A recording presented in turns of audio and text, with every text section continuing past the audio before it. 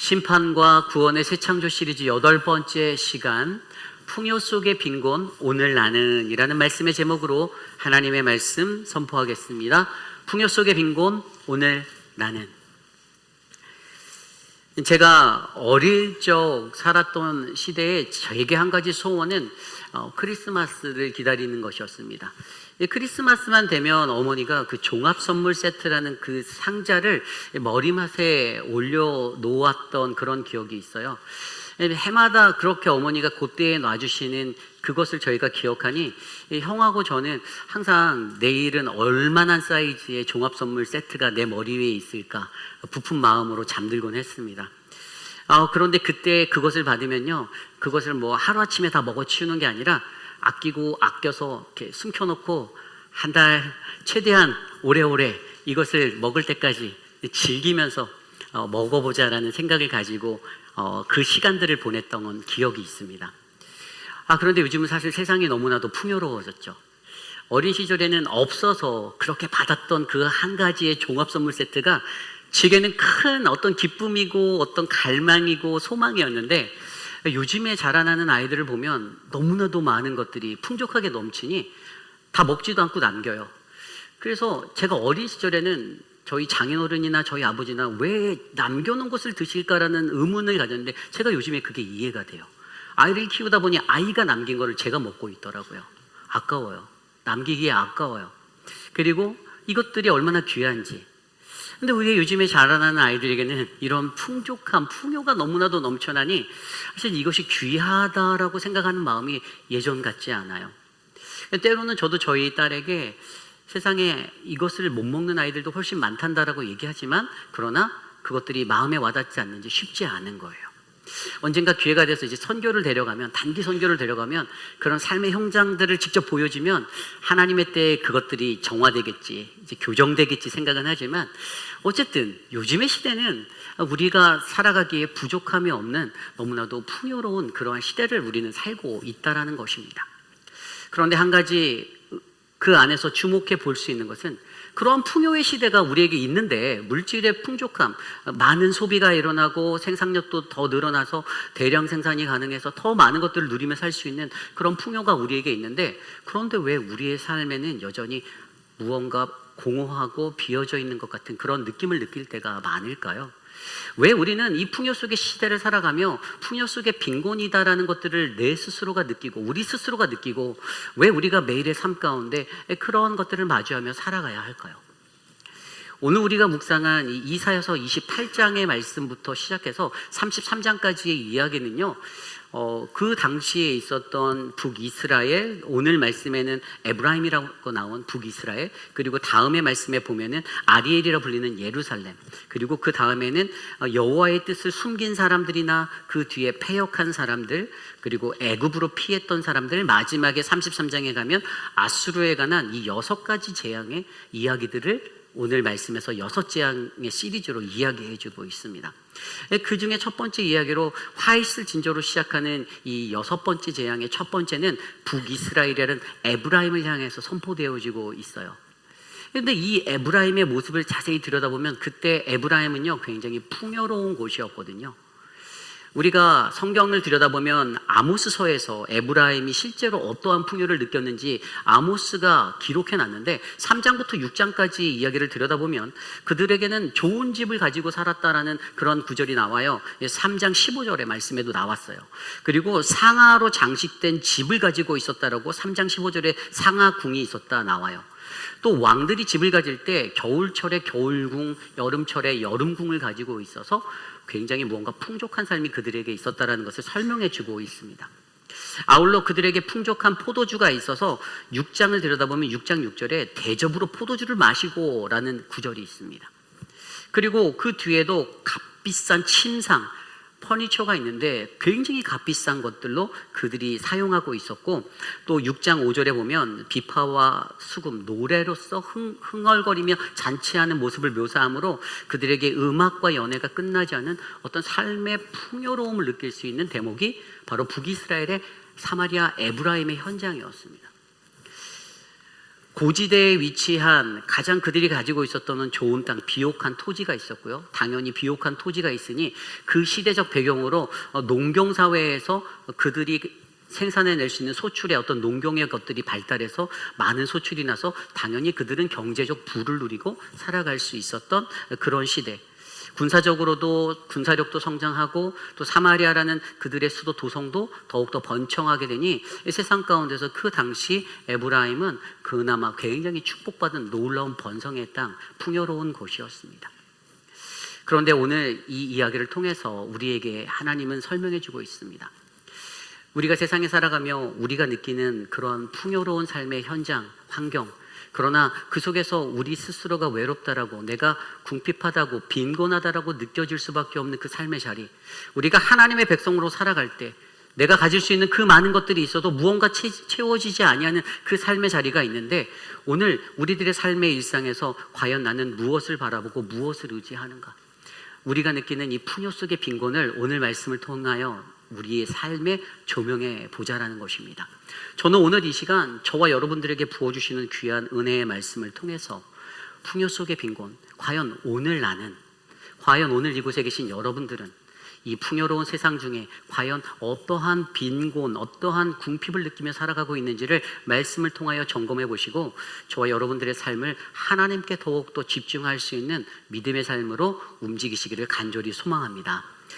풍요 속의 빈곤, 오늘 우리에게 주시는 첫 번째 말씀, 풍요 속의 빈곤, 우리는 가장 먼저 우리의 삶의 풍요를 점검해야 한다입니다. 우리는 가장 먼저 우리의 삶의 풍요를 점검하셔야만 합니다. 오늘 말씀 1절에서 4절까지의 말씀입니다. 에브라임의 술 취한 자들의 교만한 면류관은 화 있을진저, 술에 빠진 자의 성 곧 영화로운 관같이 기름진 골짜기 꼭대기에 세운 성이여, 쇠잔에 가는 꽃 같으니 화 있을진저. 2절에도 보면 보라, 죽게 있는 강하고 힘 있는 자가 쏟아지는 우박같이, 파괴하는 광풍같이, 큰 물이 넘친같이 손으로 그 면류관을 땅에 던지리니. 아멘. 오늘 에브라임이라는 북이스라엘 땅을 묘사한 그 몇 가지 문장이 보이는데, 술 취한 자들의 교만한 면류관이라는 구절이 들어옵니다. 술 취한 자들의 교만한 면류관. 여러분, 그들이 갖고 있는 교만함을 뭐라고 표현하면 술 취했다라고 설명해요. 무엇에 취해서 살아가는가? 술 취해 보신 분들은 아시겠지만 술 취하면 어떻게 되죠? 용기가 생기죠. 술 취하면 용기가 생깁니다. 그죠, 형준 형제? 예, 끄덕끄덕. 예. 술을 안 마셔요. 그런데 술을 안 마시지만 알고 있는 거예요. 술 취해 보면, 저도 술 취해 봤는데 술 취해 보면 담대해집니다. 용감해져요. 세상이 두렵지 않습니다. 근심 걱정이 사라져요. 사실 이거 예수님 제대로 믿을 때 일어나야 되는 현상인데 세상 사람들은 술 취할 때 이런 것들을 경험하죠. 그런데 이들에게 술 취함이 있어서 용감해졌어요. 너무나도 용감해져서 어떻게 됐냐? 하나님이 없어도 살 수 있다라고 느끼는 거예요. 스스로 교만해졌습니다. 그들이 가지고 있는 교만, 자기 스스로 모든 것을 해결할 수 있다고 느끼는, 내 생각에 내가 성공할 수 있고 세상에서 나는 충분하다라고 느껴지는 그 자신감이 그들에게 채워지기 시작하였어요. 술 취하면 용감해지는 그들의 모습을 오늘 말씀은 술 취한 자들의 교만한 면류관이다라고 표현합니다. 그러나 반면에 이사야 선지자를 통해서 기름진 골짜기 꼭대기에 세운 성이 쇠잔에 가는 꽃과 같다라고도 또 반면에 설명해요. 뭐죠? 쇠잔에 가는 꽃은 영원하지 않다라는 거예요. 리미테이션, 한계가 있다라는 거예요. 이것이 완벽하지 않고 영원할 수 없다라는 것입니다. 인간의 한계는 우리가 무언가 취해서 살아갈 때 자기 스스로 충만하다고, 괜찮다라고, 나는 이 정도면 괜찮은데 라고 느끼는 그 나만의 만족감, 자족에 빠져 살아갈 때, 그 풍요 속에 내가 살아갈 때 절대로 그것은 완벽하고 온전할 수 없고 영원할 수 없다라고 성경 말씀은 우리에게 선포해 주고 있습니다. 그런데 분명히 오늘 말씀에서 3절 4절에 뭐라고 말합니까? 에브라임의 술 취한 자들의 교만한 면류관이 발에 밟힐 것이라, 심판받을 것이라고 말하죠. 4절입니다. 그 기름진 골짜기 꼭대기에 있는 그 영화가 쇠잔에 가는 꽃이 여름 전에 처음 익은 무화과 같으리니 보는 자가 그것을 보고 얼른 따서 먹으리라. 아멘. 영원할 수 없다라고 선포하고 있어요. 쇠잔한 꽃과 같이 된다. 비옥한 땅을 가졌고 골짜기 지대에 농경지대가 있어서 비옥한 땅에서 농사가 잘 됐습니다. 부가 생겼어요. 경제적으로 성장했어요. 농업 생산력이 올라가고 경제적 풍요를 누렸습니다. 그런데 그것이 다 아니라는 거예요. 그것이 완전한 풍요가 아니라는 거예요. 오늘 말씀 속에서는 이것들 가운데 그들이 갖고 그들이 생각하고 살아갔던 이러한 삶의 자리, 이 삶의 자리가 있었는데 그것이 너희들에게 진정한 풍요가 아니다라고 설명합니다. 오늘 말씀에서 에브라임이라는 그 풍요를 설명할 때 에브라임을 가장 먼저 설명한 이유가 있어요. 이것을 성경적으로 들여다보면 여러분, 에브라임이라는 이름의 뜻은 무슨 뜻입니까? 우리가 잘 알고 있듯이 요셉의 둘째 아들이었던 에브라임, 그의 이름의 뜻은 풍성하게 열매 맺다라는 뜻입니다. 그는 태생부터 하나님의 복을 받은 자였어요. 하나님이 그에게 지어주신 그 이름은 풍성하게 열매 맺는 삶이 될 거라는 거예요. 처음부터 하나님께서 복을 받는 인생으로 셀렉된 인생이었어요. 그런데 어떻게 됐습니까? 창세기 41장 52절에도 들여다보면 이 요셉이 그의 둘째 아들을 낳았을 때 그의 이름을 짓는 그때 52절에 보면 하나님이 나를 내가 수고한 땅에서 번성하게 하셨으니, 그래서 이름을 에브라임이라고 진 거예요. 그게 뭐예요? 하나님이 나를, 이 복이 어디서 왔다고요? 하나님께로. 그리고 48장에 가면 그의 자녀들을 축복할 때 요셉이 에브라임을 어떻게 축복하냐? 19절에 보면 48장 19절에 야곱은 에브라임에게 더 큰 자가 되고 그의 후손은 여러 민족을 이룰 것이다 라고 축복합니다. 그리고 실제로 그렇게 되죠. 훗날에 남유다 북이스라엘이 10지파 2지파로 나뉘었을 때 그 북이스라엘의 10지파 중에 에브라임이 가장 큰 지파로서의 세력을 갖게 되었습니다. 하나님의 말씀대로 그 복이 임하였어요. 그런데 우리가 여기서 중요한 것은 무엇이죠? 이것은 풍요가 아니에요. 이 풍요를 어떻게 누릴 수 있는가, 어떻게 사용할 것인가가 더 중요하다는 것을 가르쳐 주는 거예요. 이게 쉽게 말해서 뭐냐면 하나님이 주신 복이에요. 하나님의 주신 복이면 우리는 이 복을 하나님의 영광을 위해서 사용해야 하는데, 그죠? 그런데 하나님이 주신 복을 나의 축복으로 여기고 나의 노력과 나의 산물의 결과라고 생각하고 살아가면 하나님께 다시 돌려드리는 게 궁핍할 수 있고 궁색할 수 있고 또 뭔가 어색하게 느껴질 수도 있다는 거예요. 그런데 중요한 것은 우리가 이것이 변하면 안 된다는 거예요. 내가 풍요 속에 찌들어 살면서 풍요 가운데서 살다 보니 하나님이 주신 풍요인데 인간의 교만으로 이게 나 때문에 내가 채운 것과 같은 이런 변질된 풍요가 되어버리면 이것이 하나님께로부터 왔고 다시 하나님께로 돌아가야 할 것이라는 사실을 망각한 채 살게 된다는 사실을 오늘 말씀은 우리에게 전해주고 있는 거죠. 에브라임이 그러한 위기에 놓여 있었습니다. 자기 스스로가 술 취한 자처럼 그 교만에 빠져서 면류관이 내 머리에 쓰여졌다라고 생각한 그 인생을 살았기 때문에, 술 취한 자의 모습으로 살았기 때문에 그들의 갖고 있는 풍요는 하나님이 보시기에 아름다운 풍요, 하나님이 원하시는 풍요가 아니라 그저 영원할 수 없고 시들어지는 꽃과 같은 그러한 풍요로 머물게 되었다라는 사실을 오늘 말씀은 설명해 주고 있는 것입니다. 여러분, 얼마 전에 매스컴에서 굉장히 유명한 이슈가 된 한 가지 사건이 있었습니다. 연예인 중에 하영이라는 탤런트가 있어요.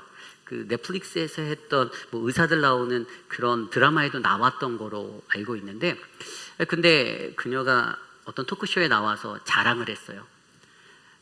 자기의 증조부부터 시작해서 자기 할아버지, 아버지, 자기 언니까지 다 의사 집안이다. 의사래요. 그걸 자랑했어요. 근데 그 의사된 자기의 가족을 자랑했다가 완전히 파묘당했죠. 파묘. 네티즌들의 힘이 굉장히 셉니다. 조사하면 다 나와. 얘들이 막 조사를 다 해갖고 다 찾아냈어요. 그랬더니 그의 그 증조부가 뭐였습니까? 친일파였어요. 친일파. 우리는 친하파가 돼야 되죠. 하나님과 가까운 사람이 돼야 되는데 이분이 친일파였어요. 이 친일파여갖고 기록들에 보면 이토 히로부미가 이제 그 안중근 선생님에 의해서 이렇게 죽게 되었지 않습니까? 그 추모위원회 위원까지도 맡았던 아주 훌륭한 친일파시더라고요. 그랬더니 이제 완전 나락으로 갔어요. 다시 TV에서 스크린에서 볼 수 있을지 제가 장담할 수 없지만 쉽지 않겠다. 왜냐하면 대중의 언론이, 매스컴의 그 대중의 여론이 굉장히 무서운데 거의 이분이 사과를 해도 용납이 안 되는 거예요. 사과를 해도 내가 경솔했다 사과를 해도 이게 용납이 안 되는 거예요. 인간이 갖고 있는 자기의 자랑의 모습 때문에 자기의 증조부 안상호 씨의 고 안상호 씨의 그것들을 사람들이 파헤쳐서 저 집안은 굉장한 친일파 집안이다. 어떻게 이런 사람이라는 그것으로 그 사람들이 각인되어지고 이미지 메이킹 되었을 때 그들의 삶 가운데 그들이 자랑했던 자신의 교만함 때문에 어떻게 해요? 더 큰 위기를 맞게 되고 어려움을 겪게 되는 이 상황들. 여러분, 그 집안은 풍요로웠어요. 모두가 다 뭐 잘해서 의사, 뭐 증조부가 일본에서 의학을 공부해서 서울에서 뭐 한양에다가 그거 차려서 고종까지 뭐 진찰했다라고 하는 그 막 자부심을 가진 그 멘션 한마디 한마디. 그러나 결국에 그것이 자기에게 덫이 자신의 발목을 붙잡는 그러한 어려움의 자리가 된 것처럼 오늘 우리의 삶 가운데 우리에게도 필요한 것은 무엇입니까? 과연 나에게 주어진 내 삶의 풍요는 무엇인지를 내가 점검해 보아야 한다는 것이 바로 오늘 말씀이 우리에게 말씀해 주시는 은혜의 말씀이에요. 여러분, 여러분들도 저도 우리에게 주신 풍요가 있습니다. 저의 어린 시절을 설명해 드렸지만 그때는 그 작은 그 3,000원짜리 선물 박스에 기뻐하고 즐거우고 이것을 하루라도 더 먹기 위해서 형이 못 뺏어가게 숨겨놓았던 막 그런 전쟁과도 같은 그게 있었어요. 근데 지금은 너무나도 풍요하게 채우시는 거예요. 살 집을 주시고 제 차가 3대가 있어요. 3대. 저 부자예요. 예, 우리 진짜 여러분 차 3대 있는 분 몇 분 없죠? 전 세대나 있어요. 우리 막 하나님이 복을 주셔서 우리 교회 와서 차가 3대가 되게 해주시고 정말 하나님이 정말 이렇게 모든 삶에 복을 주시는데 야, 이것이 내가 노력해서 내가 잘나서 이 자리에 왔다 이렇게 됐다 이러면 저는 완전히 에브라임의 멸망을 받는 사람이죠. 우리가 가져야 하는 것은 이것은 어디에서 왔습니까? 하나님께서 우리에게 주신 것입니다. 하나님이 제게 은혜를 주셨고 하나님이 여러분에게 복을 주셨어요. 여러분의 자녀들에게 복을 주시고 여러분들의 부모들에게 여러분의 선조들에게 또 우리 교회에게 하나님이 복을 주셨습니다. 우리는 이것을 나누어야 해요. 흘려야 해요. 끌어안으면 안 돼요. 어떻게 해서든 하나님께 다시 돌려드리도록 애를 써야 합니다.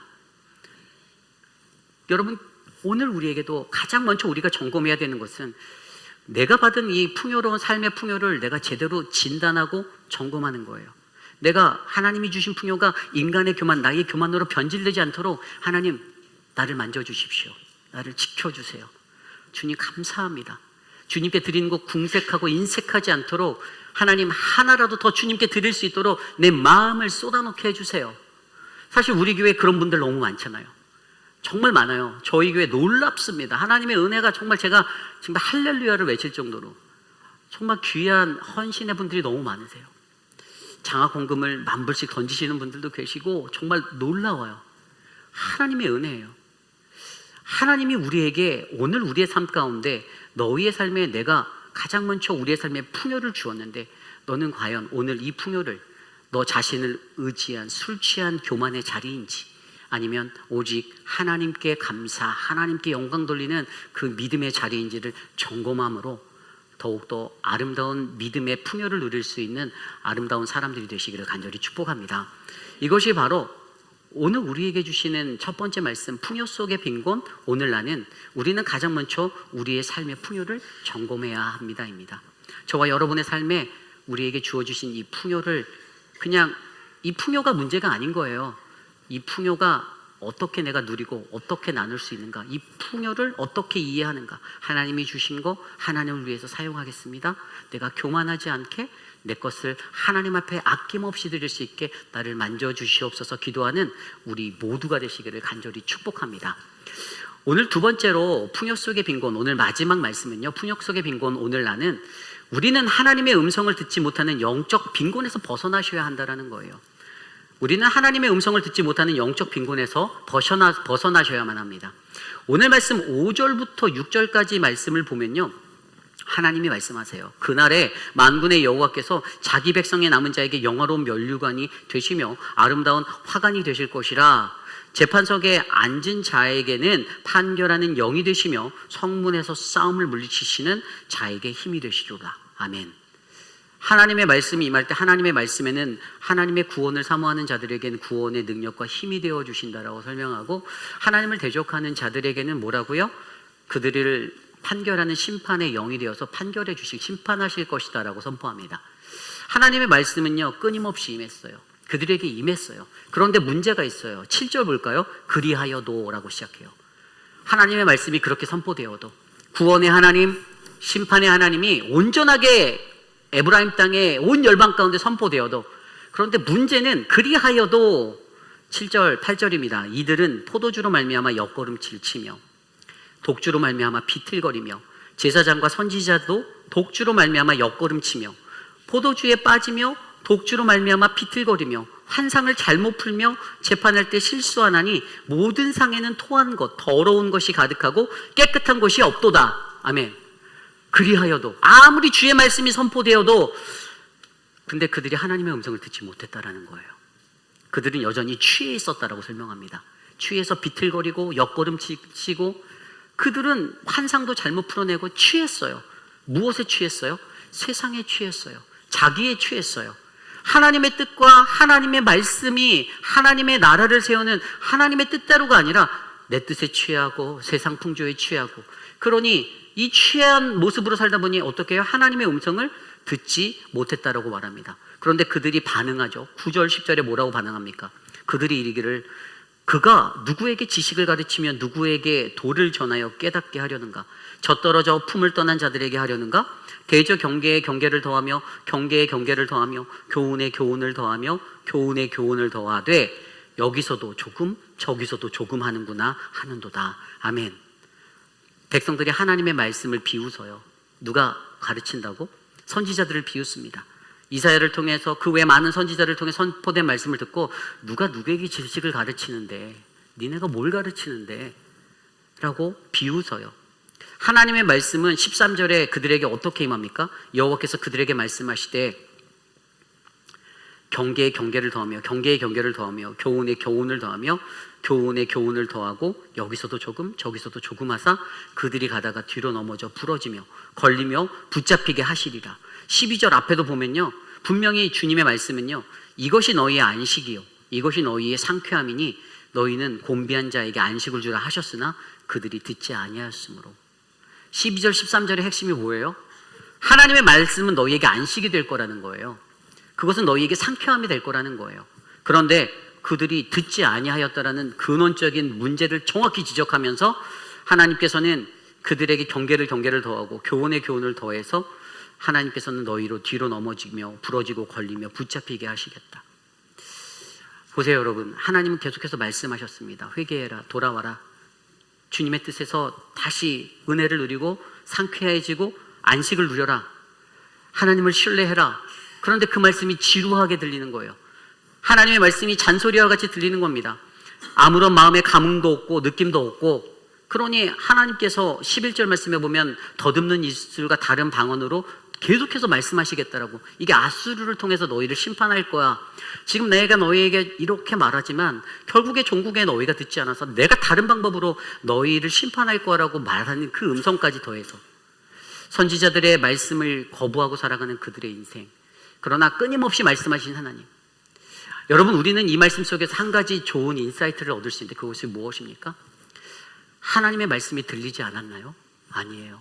하나님의 말씀은 계속해서 선포되어졌습니다. 끊이지 않았어요. 하나님의 말씀은 계속해서 울려 퍼졌습니다. 다만 그들이 듣지 않았던 거예요. 그것을 우리는 다른 말로 불순종이다라고 얘기합니다. 하나님의 말씀이 들렸으나 그것을 거부합니다. 하나님을 거부해요. 순종하지 않아요. 하나님이 이렇게 살아달라고 애원하시고 말씀하여 주셨는데 마음에 부대낌이 생겨서 그냥 하나님을 떠나버렸어요. 에브라임의 삶의 현장이었어요. 그들은 술 취한 자들처럼 비틀거리고 독주로 말미암아 휘청거리고 옆걸음치고 그러고 살았어요. 모든 상에 토한 것이 넘쳐나고 더러운 것이 넘쳐나고 깨끗한 것이 하나 없는 그 땅으로 에브라임을 만들어버렸어요. 그런데 그 땅을 향해서 하나님 말합니다. 오늘 너희들이 하나님의 음성을 듣지 못하는 것은 나의 말씀이 없어서가 아니라 너희들이 나의 말을 듣지 않았기 때문이다. 여러분, 우리가 이 북이스라엘 땅을 들여다보면 여로보암 왕부터 시작해서 19번째 왕이었던 그 왕까지, 그 중에 가장 악한 왕이 누구죠? 아합 왕. 열왕기상 18장에 나오는 아합 왕. 여러분, 아합 왕의 이야기가 이러한 것들을 증명해 주는데요. 가뭄이 3년 동안 북이스라엘을 덮었을 때 아합 왕이 뭐 변화별 우상들을 다 데려다가 뭐 바알 막 붙어서 막 구슬하고 난리를 쳤어요. 근데 안 돼요. 비가 안 와요. 그랬더니 하나님께서 그에게 하나님의 말씀을 전할 엘리야를 보내셔서 갈멜산에서 하나님의 놀라운 기적을 보여줘서 바알을 섬겼던 우상의 사람들을 다 처단시키죠. 하나님이 승리의 이야기를 보여주시면서 말씀해 주시는데도 그들은 믿지 않았어요. 아합 왕은 믿지 않았어요. 그런데 그때 하나님께서 분명히 18장 말씀을 들여다보면 내가 비를 지면에 준비해서 비를 내리시겠다. 비 준비하시니. 그렇게 얘기하는데도 그가 그것을 믿지 않으니 나중에는 아합 왕이 역으로 어떻게 한 줄 아십니까? 그 말씀 18장 들여다보면 오히려 그 엘리야에게 가갖고 너가 이스라엘을 괴롭게 하는 자냐 너냐? 라고 얘기해요. 그랬더니 그가 설명하는 그 엘리야의 반응은 뭐냐면 엘리야가 18절 말씀을 18장 18절 말씀 보면 내가 이스라엘을 괴롭게 한 것이 아니라 당신과 당신의 아버지의 집이 괴롭게 하였으니 이는 여호와의 명령을 버렸고 당신이 바알을 따랐습니다 라고 알려줘요. 여기서 중요한 것은 여호와의 명령을 버렸다라는 거예요. 여호와의 명령을 버렸다. 여호와의 명령이 하나님의 말씀을 버린 것인가? 명령이라고 말하는 것은 히브리어로 미치보트라는 단어인데 계명이잖아요. 규례예요. 하나님이 주신 룰이에요. 너희가 믿음의 백성으로 나의 백성으로 살 때 10계명 이렇게 살아줘야 해. 근데 그것들을 거절한 거예요. 하나님의 말씀은 분명히 그들에게 있었어요. 하나님의 말씀은 그들에게 다 주어졌어요. 그러나 문제는 뭡니까? 아합이 가졌던 영적 빈곤은 하나님의 말씀이 울려 퍼짐에도 그것을 거절하고 불순종했다라는 사실인 거죠. 여러분, 오늘 우리의 삶 가운데 우리는 무엇입니까? 문제는 우리가 가지고 있는 듣지 아니하는 마음, 듣지 않는 태도에 있다는 겁니다. 내 귀에 따뜻하면 잘 들리고 크게 들리고 내 귀에 거슬리면 들리지 않는 인간의 약한 속성, 연약함. 그러나 오늘 우리에게 말씀하신 하나님의 말씀은 뭐라고요? 하나님의 음성을 듣지 못하는 이 영적 빈곤에서 너희가 벗어나야 한다. 우리가 이것을 넘어서야 된다. 아멘. 저와 여러분들의 삶 가운데 우리가 풍요로운 삶을 누리고 싶다라면 여러분, 우리를 잠식해버리는 하나님의 음성을 듣지 못하게 만드는 이 영적 빈곤의 상태에서 벗어나시기를 바랍니다. 살아계신 하나님이 오늘도 우리에게 말씀하십니다. 어제도 내일도 말씀하실 거예요. 그러나 그것을 들을 수 있는가 듣지 못하는가는 바로 우리의 상태가, 내 상태가 영적 빈곤에서 벗어나 있는가 벗어나 있지 않은가입니다. 저는 오늘 이곳에 계신 저와 여러분 우리 모두가 하나님의 말씀 안에서 하나님의 놀라운 뜻을 바르게 분별하고 바르게 들어서 주님께 순종하는 아주 아름다운 믿음의 백성, 말씀 듣는 이가 하나님 앞에 바르게 순종할 수 있는 거룩하고 복된 회의비라는 장로교회 모든 성도님들 되시기를 간절히 축복합니다. 이것이 오늘 말씀의 마지막, 우리는 하나님의 음성을 듣지 못하는 영적 빈곤에서 벗어나야 합니다입니다. 이제 말씀을 정리하고자 합니다. 풍요 속의 빈곤이라는 단어가 있잖아요. 이 워딩이 있잖아요. 이 워딩의 기원이 어딘지를 좀 생각해 보았어요. 근데 뭐 이것에 대한 정확한 기원은 찾기 어려워요. 근데 예전에 제가 대학 시절에 그 미국을 대표하였던 경제학자였던 존 케네트 캘브레이트가 썼던 그 책이 있어요. 영어 원서는 The Affluent Society라는 이 풍요로운 사회라는 책에서 그가 멘션한 부분이 있어요. 그가 1958년도에 이 책을 썼는데 그 책의 내용은요, 미국이 막 성장하는 거예요. 이 사람이 하버드대 교수를 역임했고 미국의 최고의 경제학자 중에 한 사람이었는데 미국의 경제가 풍요를 향해 막 달려나가는 것을 보는데 이 경제학자의 눈에는, 이 사람의 시선에는 이것이 진정한 풍요가 아니다라는 것에 관심을 갖게 되었던 거예요. 소비가 늘어났어요. 우리가 소비할 수 있는 생산이 늘어나니 소비할 수 있는 것들이 많아져서 누구든지 돈만 있으면 살 수 있어요. 사람들은 자기의 소비가 늘어나고 자기가 소유하는 것이 늘어나면 나는 풍요롭다라고 느끼는 인간의 속성에 이 사람은 접근하여서 이것을 들여다보는데, 그런데 이 풍요가 진짜 풍요가 아니라는 것을 어떻게 느꼈냐? 개인이 자신의 돈을 주고 좋은 차를 사고 좋은 집을 구매하고 자신의 것들을 가져가며 자신의 만족, 풍요를 느끼며 살아가지만 사회의 어딘가 공공 퍼블릭한 에어리어에서는 무언가 다 갖지 못하고 여전히 소외되어 있고 완전하게 갖출 수 없는 그런 연약함이 보인다라는 거예요. 세상의 사람들이 풍요를 누린다라면, 하나님 나라의 백성들이 풍요를 누린다라면 우리는 하나님 안에서 함께 기뻐하고 함께 즐거워하고 함께 부유해져야 하는데, 이 빈부의 격차가 발생하는 그 상황 속에서, 이 세상 속에서 그는 이것들을 보고 우리들 스스로에게 너희들을 풍요롭게 하는, 무엇이 너희를 풍요롭게 하는지 생각해보라고 그가 질문을 해요. 그 책에 보면 너희 인간에게 너희에게 너희 스스로가 풍요롭다라고 만드는 것은 무엇이니라고 질문하는데, 여러분, 사람들은 많이 가지면 내가 풍요로우라고 느끼는 그 원리 때문에, 나의 가짐 때문에 내가 풍요롭다고 느끼지만, 그러나 여러분, 정작 인간다운 삶을 위해, 여러분, 소비의 풍요가 아니라, 내가 어떤 소비의 풍요가 아니라 삶의 풍요, 진정한 삶의 질의 풍요를 누리기 위해서 우리에게 필요한 것은 다르다라는 것이 바로 이 사람의 주장이었어요. 소비의 풍요는 그냥 내가 돈 주고 사서 가질 수 있는 거지만, 여러분, 우리들의 삶의 풍요는 그냥 내가 돈 주고 산다고 얻을 수 있는 것이 아니라는 거예요. 하나님의 백성들, 믿음의 백성들에게 동일한 것은, 우리가 그리스도인으로 하나님의 백성으로 이 땅을 살 때 무엇 때문에 내가 필요하고 풍요를 느낄 수 있는가? 내가 많이 가진 것들 때문에 내가 풍요를 느낀다는 것이 아니라, 내 안에 반드시 가져야 하는 예수 그리스도, 그분이 우리 안에 있을 때, 저와 여러분들의 삶에, 사랑하는 우리 회의비라는 장로교회 성도님들의 여러분들의 삶에, 여러분들의 자산이 늘어나고 여러분들의 집이 더 커지고 여러분들이 더 좋은 차를 타는 그 인생보다 내 안에 예수 그리스도 그분의 십자가가 있으면, 주님, 나는 풍족합니다. 나는 만족합니다.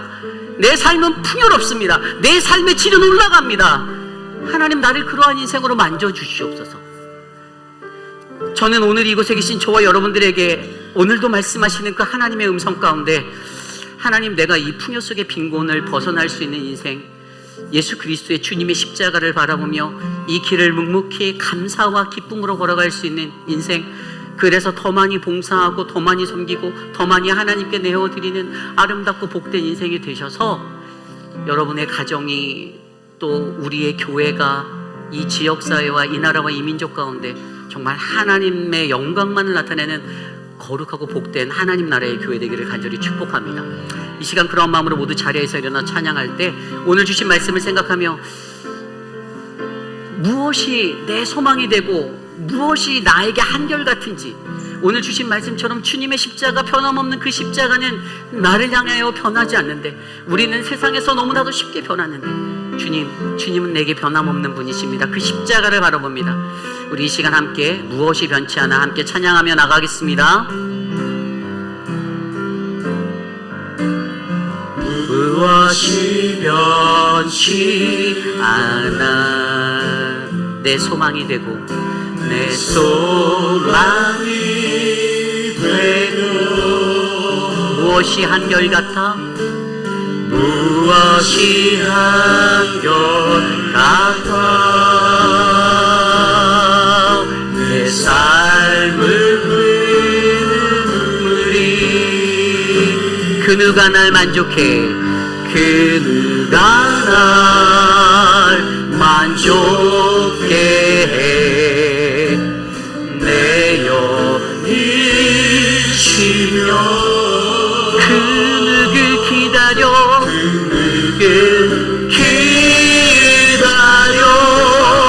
내 영이 기쁘리, 내 영이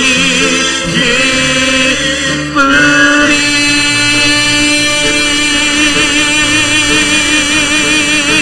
십자가, 십자가, 십자가, 그 그늘 아래, 그 그늘 아래 내 소망이, 십자가,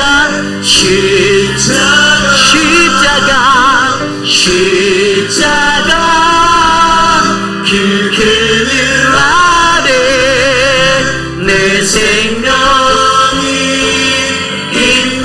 우리 처음부터 다시 고백할까요? 무엇이 변치 않아, 무엇이 변치. 오늘 여러분들의 삶의 소망은 무엇입니까? 내 소망이 되려. 우리에게 한결같으신 하나님을 바라보며 고백합니다. 무엇이 한결같아 내 삶을 피우리. 그 누가 날 만족해 해, 그 누가 날 만족해 내 영이 쉬며 그늘을 기다려 그늘을 기다려 내 영이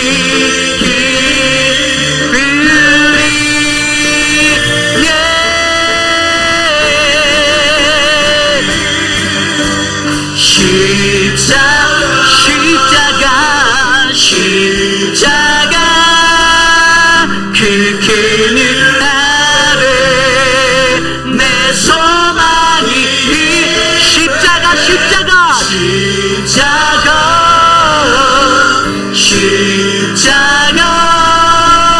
그 그늘 아래 내 생명이 있습니다. 내 생명이 있는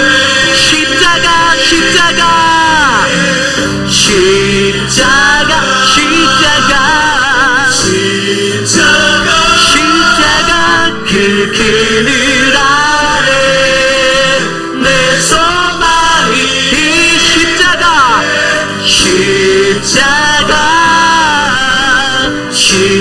십자가 그 그늘 아래 내 생명이 우리 마지막으로 한 번 더 고백할까요?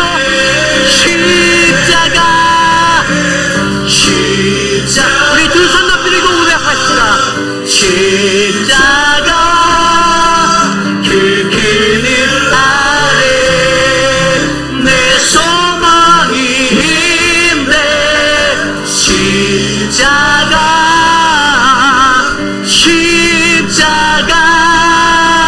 그 그늘 아래 내 생명이 그 그늘 아래 내 생명이 있네 내 생명이 있네 내 생명이 있네. 참으로 존귀하신 하나님 아버지 주님의 크신 은혜에 감사를 드립니다. 하나님 우리의 삶에 변함없으신 하나님 주님의 십자가를 바라보며 하나님 이 풍요한 세상 속에 영적 빈곤을 돌파하고 나아갈 수 있는 믿음의 성도들이 우리 회입빛 한인 장로교회 모든 성도들 되기를 간절히 기도드립니다.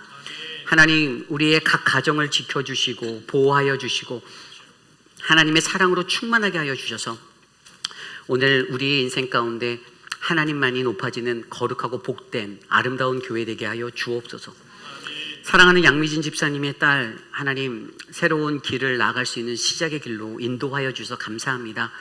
하나님 공부를 하는 중에 힘들지 않게 하시고 하나님이 주신 비전대로 좋은 딸 하나님의 귀한 일꾼으로 하나님 연약한 자들을 회복할 수 있는 아름다운 일꾼 되게 하여 주옵소서. 사랑하는 하늘식 집사님의 귀의 염증을 치료하여 주시고 하나님 만져주시고 하나님 앞에 살아갈 때 그 마음에 기쁨이 있사오니 하나님 돌보아 주시옵소서. 사랑하는 우리 김경미 집사님의 어머니 이인자 어머님 석 달 동안의 모든 여정을 마치고 이제 한국으로 돌아가는데 하나님께서 돌보아 주시고 만져 주시옵소서.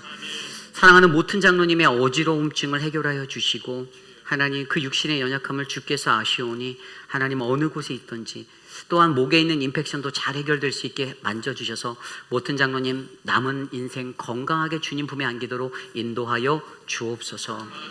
지금은 우리 구주 예수 그리스도의 무한하신 은혜와 그 크신 하나님의 사랑하심과 성령 하나님의 감화감동 교통하심의 역사가 물질적으로 충만하고 풍요가 넘치는 이 세상 가운데 오늘 나는 어떠한 삶의 모습으로 살고 있는지를 이사야서 28장의 말씀으로 점검해보며 하나님 나의 삶이 오직 주님의 말씀에 귀 기울여 순종할 수 있는 아름다운 인생이 되길 원합니다.